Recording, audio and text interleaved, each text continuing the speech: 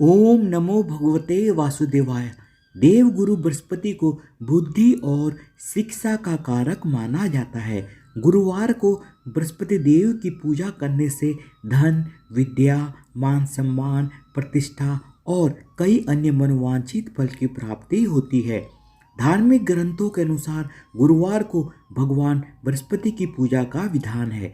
गुरुवार के दिन व्रत रखने और कथा सुनने से घर परिवार में सुख समृद्धि बनी रहती है। आइए जानते हैं गुरुवार व्रत कथा के बारे में। गुरुवार की व्रत कथा। कथा के अनुसार प्राचीन काल की बात है। किसी राज्य में एक बड़ा प्रतापी और दानी राजा राज्य करता था। वह हर गुरुवार को व्रत रखकर दीन दुखियों की मदद करके पुण्य प्राप्त करता था। परंतु यह बात उसकी रानी को अच्छी नहीं लगती थी। वह ना तो व्रत करती थी और ना ही दान पुण्य में विश्वास रखती थी। इतना ही नहीं, वह राजा को भी ऐसा करने से मना करती थी। एक समय की बात है, राजा शिकार खेलने के लिए वन गए। घर पर रानी और दासी थी। उसी समय गुरु बृहस्पति साधु का रूप धारण कर राजा के दरवाजे पर भिक्षा मांगने आए। साधु ने जब रानी से भिक्षा मांगी तो वह कहने लगी, हे साधु महाराज, मैं इस दान और पुण्य से तंग आ गई हूँ। आप कोई ऐसा उपाय बताएं जिससे कि सारा धन नष्ट हो जाए और मैं आराम से रह सकूं। इतना सुनकर बृहस्पति देव ने कहा, हे देवी, तुम बड़ी विचित्र हो। संतान और धन से कोई दुखी होता है? अगर अधिक धन है तो इसे शुभ कार्यों में लगाओ। कुंवारी कन्याओं का विवाह कराओ, विद्यालय और बाग बगीचे का निर्माण कराओ, जिससे तुम्हारे दोनों लोग सुधरें। परंतु साधु की इन बातों से रानी को खुशी नहीं हुई। उसने कहा कि मुझे ऐसे धन की आवश्यकता नहीं है जिसे मैं दान दूं और जिसे संभालने से मेरा सारा समय नष्ट हो जाए। तब साधु ने कहा, अगर तुम्हारी ऐसी ही इच्छा है तो मैं जैसा तुम्हें बताता हूँ तुम वैसा ही करना। गुरुवार के दिन तुम घर को गोबर से लीपना, अपने बालों को पीली मिट्टी से धोना, राजा से हजामत बनाने को कहना, भोजन में मांस मदिरा का प्रयोग करना, कपड़े धोबी के यहाँ धुलने देना। इस प्रकार 7 बृहस्पतिवार तक ऐसा करने से तुम्हारा समस्त धन नष्ट हो जाएगा। इतना कहकर साधु के रूप में बृहस्पति देव अंतर्ध्यान हो गए। साधु के अनुसार कई बातों को पूरा करते हुए रानी को केवल 3 बृहस्पतिवार ही बीते थे कि उसकी समस्त धन संपत्ति नष्ट हो गई। भोजन के लिए राजा का परिवार तरसने लगा। तब एक दिन राजा ने रानी से बोला कि हे रानी, तुम यहीं रहो, मैं दूसरे देश को जाता हूँ। क्योंकि यहाँ पर सभी लोग मुझे जानते हैं, इसलिए मैं कोई छोटा कार्य नहीं कर सकता। ऐसा कहकर राजा दूसरे देश को चला गया। वहाँ वह जंगल से लकड़ी काट कर लाता और शहर में बेचता। इस तरह वह अपना जीवन व्यतीत करने लगा। इधर राजा के प्रदेश जाते ही रानी और दासी दुखी रहने लगी। एक बार जब रानी और दासी को 7 दिन तक बिना भोजन के रहना पड़ा तो रानी ने अपनी दासी से कहा, हे दासी, पास ही के नगर में मेरी बहन रहती है। वह बड़ी ही धनवान है।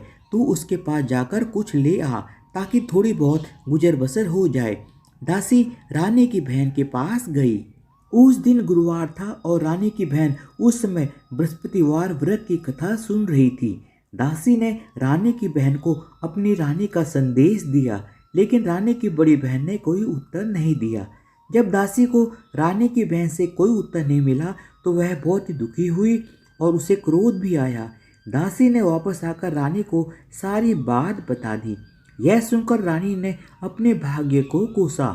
उधर रानी की बहन ने सोचा कि मेरी बहन की दासी आई थी, परंतु मैं उससे नहीं बोली, इससे वह बहुत दुखी हुई होगी। कथा सुनकर और पूजा समाप्त करके वह अपनी बहन के घर आई और कहने लगी, हे बहन, मैं बृहस्पतिवार का व्रत कर रही थी। तुम्हारी दासी मेरे घर आई थी, परंतु जब तक कथा होती है तब तक ना उठते हैं और ना ही बोलते हैं, इसलिए मैं कुछ नहीं बोली। बताओ दासी क्यों आई थी? रानी बोली, बहन, तुमसे मैं क्या छुपाऊं, हमारे घर में खाने तक को अनाज नहीं है। ऐसा कहते कहते रानी की आंखें भर आई। उसने दासी समेत पिछले 7 दिनों से भूखे रहने की पूरी बात अपनी बहन को बता दी। रानी की बहन बोली, देखो बहन, भगवान बृहस्पति देव सबकी मनोकामना को पूर्ण करते हैं। देखो, शायद तुम्हारे घर में भी अनाज रखा हो। पहले तो रानी को विश्वास नहीं हुआ, पर बहन के आग्रह करने पर उसने अपनी दासी को अंदर भेजा तो उसे सचमुच अनाज से भरा एक घड़ा मिल गया। यह देखकर दासी को बड़ी हैरानी हुई। दासी रानी से कहने लगी, हे रानी, जब हमको भोजन नहीं मिलता तो हम व्रत ही तो करते हैं, इसलिए क्यों ना इनसे व्रत की कथा और विधि पूछ ली जाए ताकि हम भी व्रत कर सकें। तब रानी ने अपनी बहन से बृहस्पतिवार व्रत के बारे में पूछा। उसकी बहन ने बताया, बृहस्पतिवार के व्रत में चने की दाल और मुनक्का केले की जड़ में अर्पित करें तथा दीपक जलाएं, व्रत कथा सुने और पीला भोजन ही करें। इससे बृहस्पति देव और भगवान विष्णु प्रसन्न होते हैं। व्रत और पूजा की विधि बताकर रानी की बहन अपने घर को लौट आई। 7 दिन के बाद जब गुरुवार आया तो रानी और दासी ने व्रत रखा। वह गुड़साल में जाकर चना और गुड़ लेकर आई, फिर उससे केले की जड़ तथा भगवान विष्णु की पूजा की। अब पीला भोजन की चिंता को लेकर दोनों बहुत दुखी हुई, क्योंकि उन्होंने व्रत रखा था, इसलिए बृहस्पति देव उनसे अत्यंत प्रसन्न थे। वह एक साधारण व्यक्ति का रूप धारण करके 2 थाली में पीला भोजन दासी को दे गए। भोजन पाकर दासी प्रसन्न हुई और फिर रानी के साथ मिलकर भोजन ग्रहण किया। उसके बाद वह सभी गुरुवार को व्रत और पूजा करने लगी। बृहस्पति देव की कृपा से उनके पास फिर से धन संपत्ति आ गई, परंतु रानी फिर से पहले की तरह ही आलस्य करने लगी। तब दासी बोली, देखो रानी, तुम पहले भी इस प्रकार आलस्य करती थी, तुम्हें धन रखने में कष्ट होता था, इस कारण सभी धन नष्ट हो गया, और जब अब बृहस्पति देव की कृपा से धन मिला है तो तुम्हें फिर से आलस्य होने लगा है। रानी को समझाते हुए दासी कहती है कि बड़ी मुसीबतों के बाद हमने यह धन पाया है, इसलिए हमें दान पुण्य करना चाहिए, भूखों को भोजन कराना चाहिए और धन को शुभ कार्यों में खर्च करना चाहिए। इससे तुम्हारे कुल का यश बढ़ेगा, स्वर्ग की प्राप्ति होगी और पितृ प्रसन्न होंगे। दासी की बात मानकर रानी अपना धन शुभ कार्यों में खर्च करने लगी। इससे पूरे नगर में उनका यश बढ़ने लगा।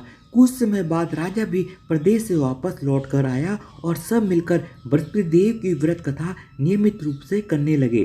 बृहस्पतिवार व्रत कथा के बाद श्रद्धा के साथ आरती की जानी चाहिए। इसके बाद प्रसाद बांटकर उसे ग्रहण करना चाहिए। धन्यवाद। बोलो बृहस्पति देव महाराज की जय हो।